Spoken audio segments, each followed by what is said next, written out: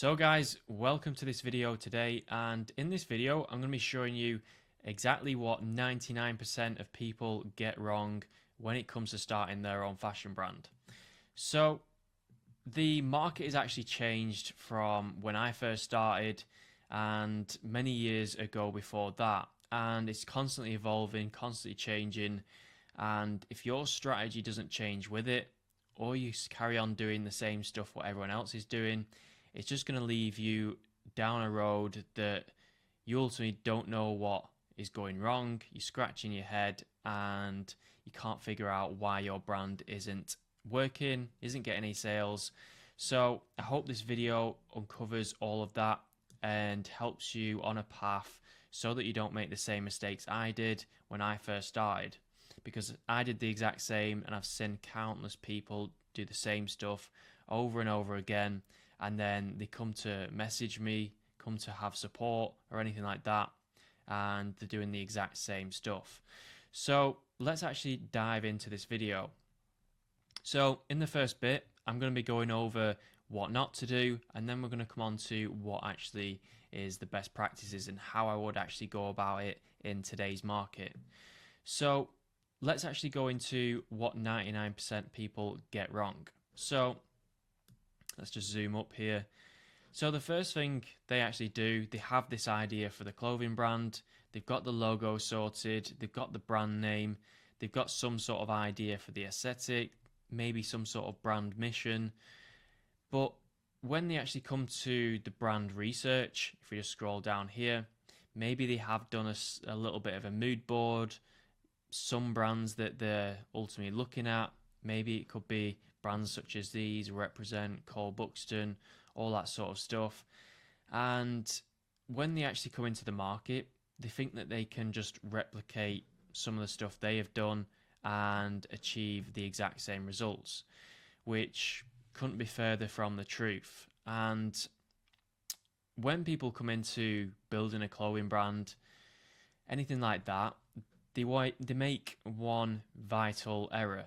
And when it comes to actually designing their first collection, their branding, all this sort of stuff, they simply put the emphasis on the logos, on the sometimes the graphics, and they come out with a basic collection, such as maybe a couple hoodies, couple pants, and all that differentiates themselves from the other people in the market is basically it's just another branded logo on the same sort of item.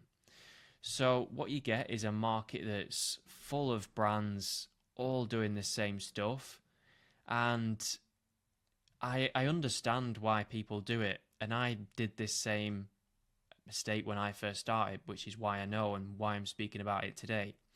It's because that when you look at these brands to where they're at today, you try and essentially replicate where they are at currently in their journey, whereas you are just starting out. No one knows your brand name, no one knows your logo, no one has any affiliation or even sort of prompts to buy your brand, because why should they? Your logo means nothing, the branding means nothing, and if you create a collection just simply with a logo, it's not going to stand out in the rest of the market. Now, to yourself, it means something, but you've got to think, why would anyone else come and buy my products from my site when there's no affiliation, no sort of association, no sort of luxury that's been built over time to then for people to go and want to buy these products such as Represent or Cole Buxton. That's when they can then put logos on there, and that's when then people buy it for the brand to wear the logo, because it means something to them. They want to sort of be a part of that community, be a part of the brand name, what it stands for. That's when it comes in later on. Of course, you can put logos on products when you first start out, but your full emphasis shouldn't be on this. Your USP shouldn't be a logo that's on the front, a logo that's on the back, that looks exactly the same as all the other brands. And the reason I did this when I first started out was just basically a logo on a t-shirt. I didn't know essentially what I didn't know. And I was looking at all these other brands, what they were doing, and all you basically do is copy. So I would take exactly what they were doing. I'd, make my own logo, put my own logo on, clothing, on t-shirts, uh, cargo pants, joggers, all that sort of stuff. And essentially it would just blend in with the rest of the market. But by doing this, you're actually risking it way more than if you were to come out with some sort of standout product that only caters for a small percentage of the market. If you come out with a product that basically is a logo on a hoodie, anyone and everyone can buy it, yes. But if you were to advertise this to, say for an example, you are running ads on Instagram, you were running ads to cold audiences who didn't understand your brand, it's a new brand, and you're basically trying to acquire customers. At the moment, they've got no reason to buy that. And why would that customer come and buy from your store rather than another brand that sells it when they just scroll down the feed that's another sponsored post that has the same sort of quality, it's same sort of branding? Like, you can't come in here and basically say that ours is slightly better quality and it's just not going to stand out enough in the market. So you need to come out with something that basically stands out, makes your brand unique, and can be a key sort of differentiator from the rest of the market. Otherwise, if you do this, it will leave you down a path of, why am I getting no sales? You should be struggling to understand why is no one buying? And it's simply a race to the bottom for a lot of these brands. So how can we actually approach this differently? So let's go on to the first step of how I would approach it. So in order to look at the market, I would essentially go in and find out what niche I can place my style, place my branding in towards. Because let's face it, clothing is a massive, massive niche.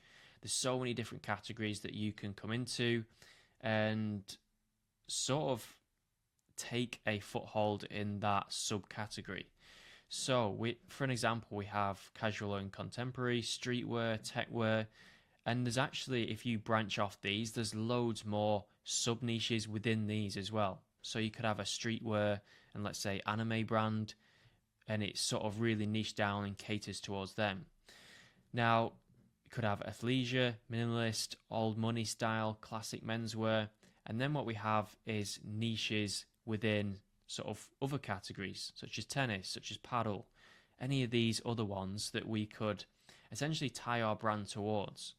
Because what you've got to understand is, and why I preach this so much, is that when you're in a massive market like clothing, if you don't necessarily have some big USPs with the design, with the style, or maybe with the marketing side, then you're going to need to look at how you can differentiate yourself within an actual niche, because this market is so big that if you just take a small percentage of this market, it's going to be massive sort of revenue for you.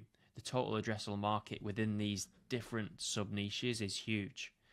So it's when you actually come to market your brand, to bring products out and to actually try and start selling, it's so much more difficult than you actually originally think, unless you nail down these key points in which I'm going to go over. So as for the example before, where it's just a plain hoodie, yes, you could categorize it under streetwear, but when there's 1,000 other brands doing the exact same thing, why is anyone going to buy from yourself? So one of the first things that I would actually do is brand research. So I'd figure out exactly what styles, what looks, even down to, the color palettes, how the products would potentially look on the site, all this sort of stuff. And I'd really nail down what products are working for these brands, what products are they selling the most. You can filter them by best categories and really get an overall feel of what our new brand is going to be about. So as an example up here, we could take this sort of old money style. Yes, we have now subcategorized in this niche, but we could also differentiate ourselves through the actual products as well. So we've taken one of these sub niches up here, and now we're going to differentiate ourselves with the products, with the branding, and that is, we haven't just got one, we've got two now. So in the next step, I would look at what styles you want to emulate, what products are actually doing well for these brands, because you do want to go off some data-driven decisions. If you were to come out with some sort of product that does stand out, but there is no data to back it, yes, when you bring out new releases, it is always a risk, and I always advocate for people to bring out products that the market hasn't already seen. Or if you are going to take the route of maybe taking inspiration from another brand, then you want to find the best sellers within that category to take inspiration from. It's no good going to a brand and trying to, sell one of their worst selling styles. It's a worst selling style for a reason. So we want to make sure that we look at these best selling styles and figure out exactly why they are working.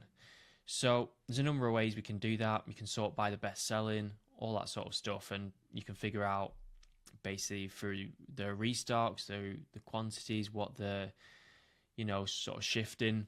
And here we can sort of emulate some of the products around this in order to give us a better start. We want to choose products that are already selling, already in sort of high demand as well. And that's where trends come in, all that sort of stuff like that. But the next sort of step that you would want to look at is your color palette. So what colors are you wanting to use for your branding? What sort of colors are you going to use for your socials? How are your sort of products going to look on photo shoots? What sort of themes are you wanting? Is it a theme like this? Is it a theme, more modern, more sort of, it could be more sort of old money style. You could use old cars, stuff in shoots, all this type of stuff. You could even nail it down to, how you edit your photos. So there's all this different stuff that comes under your color palette, and figure out if your brand wants to be a neutral, use bright colors, and really nail down what your color palette is. So the next thing is going to be your typography. So exactly what sort of fonts your brand is going to use throughout your products, throughout your website, throughout your socials, and you want to stick to one or maybe two fonts. Keep it nice and simple. Keep it so that your brand is identified through these sort of fonts and it's easily recognizable. Now, the next thing is your brand mission. Now, you don't have to have this, but if you have a key driving force for why you're starting this brand, what's your mission, why exactly are you starting this, it can be a key driving force to propel you later on, to keep you on that mission and to make sure that you don't deviate from this track. And it's going to help you when you come to sort of building this brand. So another thing is it could be your USP, but the only thing with this is that every brand has their own about us, their own brand mission, why they started. And there's thousands of successful brands out there that don't necessarily have, a rooted core mission that, sets them apart from everyone else. It could just be due to the products. You wanted nicer fitting items. You couldn't find products on the market with this style. It doesn't have to be sort of deep rooted, if you know what I mean. Mine wasn't when I first started. It was just, I wanted to start a clothing brand. I wanted to start an online business and wanted to make money online. That's absolutely fine. So it can come into fact later on, when you are building this brand over a certain amount of time. What's going to make you stick towards this? Why are you going to keep building this brand over something else? So sometimes it can benefit you to really nail down and figure out what is your why. So I'll go in and ask yourself, write down exactly why you are starting this brand. It's just going to help you figure out that later on and help you get through those tough times as well when they actually come.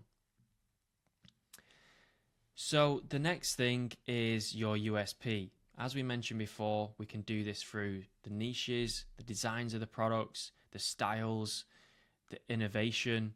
We can do this through community, through the brand storytelling and cultural influence. So there's many different pillars in which we can ultimately create a USP for our clothing brand. It's not just that the products have to be this way. It's not just that the branding has to be, miles different from the rest of the market. You can come in and take a piece of a market that's already big at the moment. So all you need is 1% of that market and you have a huge business already. So if you look at your USPs, figure out exactly what your USPs are and how are you going to present this to the customer. So you can do this through your ads, you can do this through your socials, you can do this through, how you're going to go about with your brand, the cultural sort of community as well. You can do this through the design, the products. So figure out exactly how you can differentiate yourself from the rest of the market. Now, it might just not come to you straight away. Your brand might have to go through multiple iterations before you find that sweet spot for your brand. I know hundreds of different brands that have done the same. They started out in one niche, they found their USP later on. But if you can get it early, that's going to help you propel your journey much faster than, my brand that went through multiple transitions. It took multiple years and then we found our niche.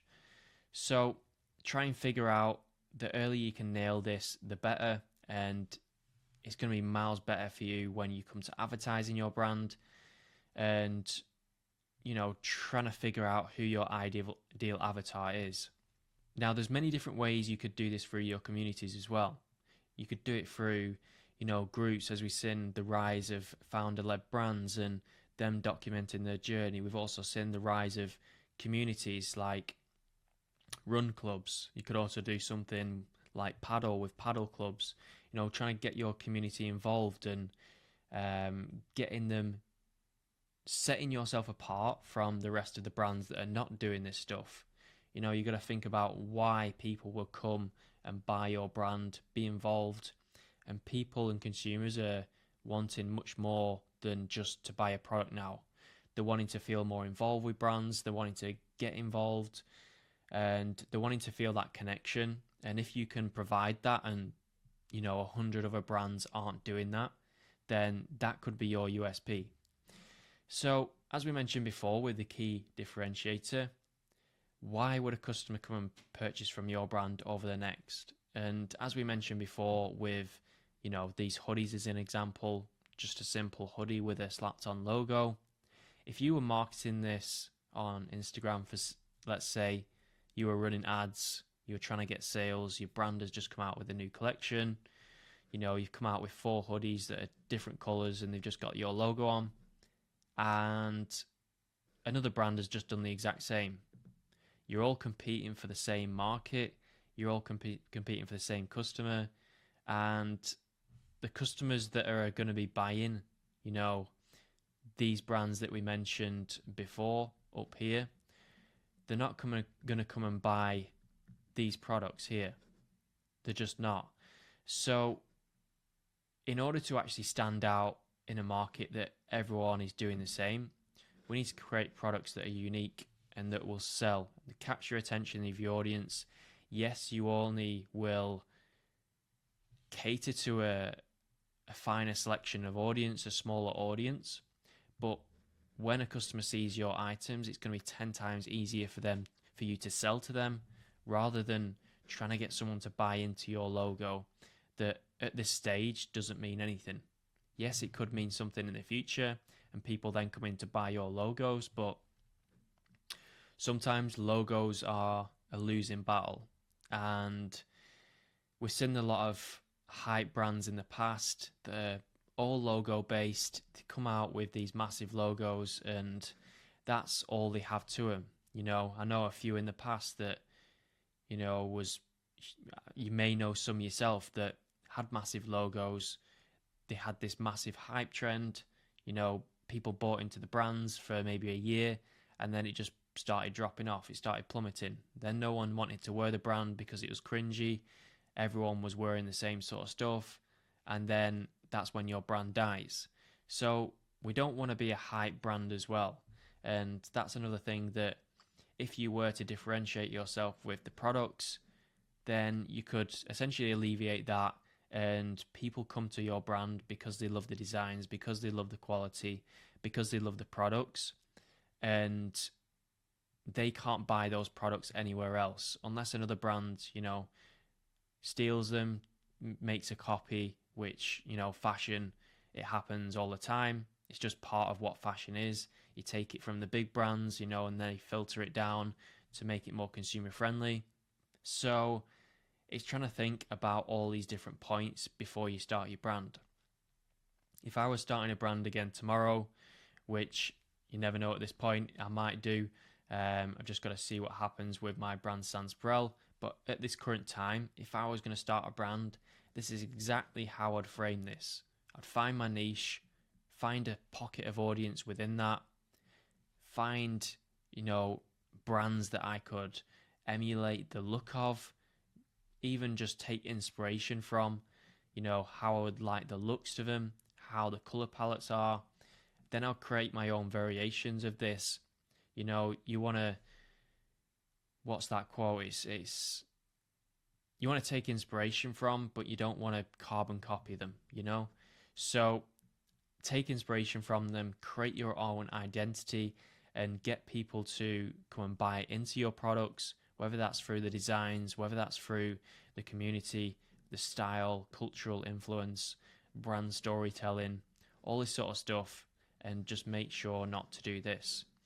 So I hope this video makes sense, and I hope this video will save you, thousands, hundreds of thousands of pounds from making the wrong mistakes. Because when I first started, that's exactly what I did. And if someone had just told me this, I would have, saved a lot of money, tens of thousands of pounds wasted on stock, dead stock that ultimately I couldn't sell. So I hope this video has provided value for yourself and given you something to think about. So thank you for watching this video, and I'll catch you in the next one.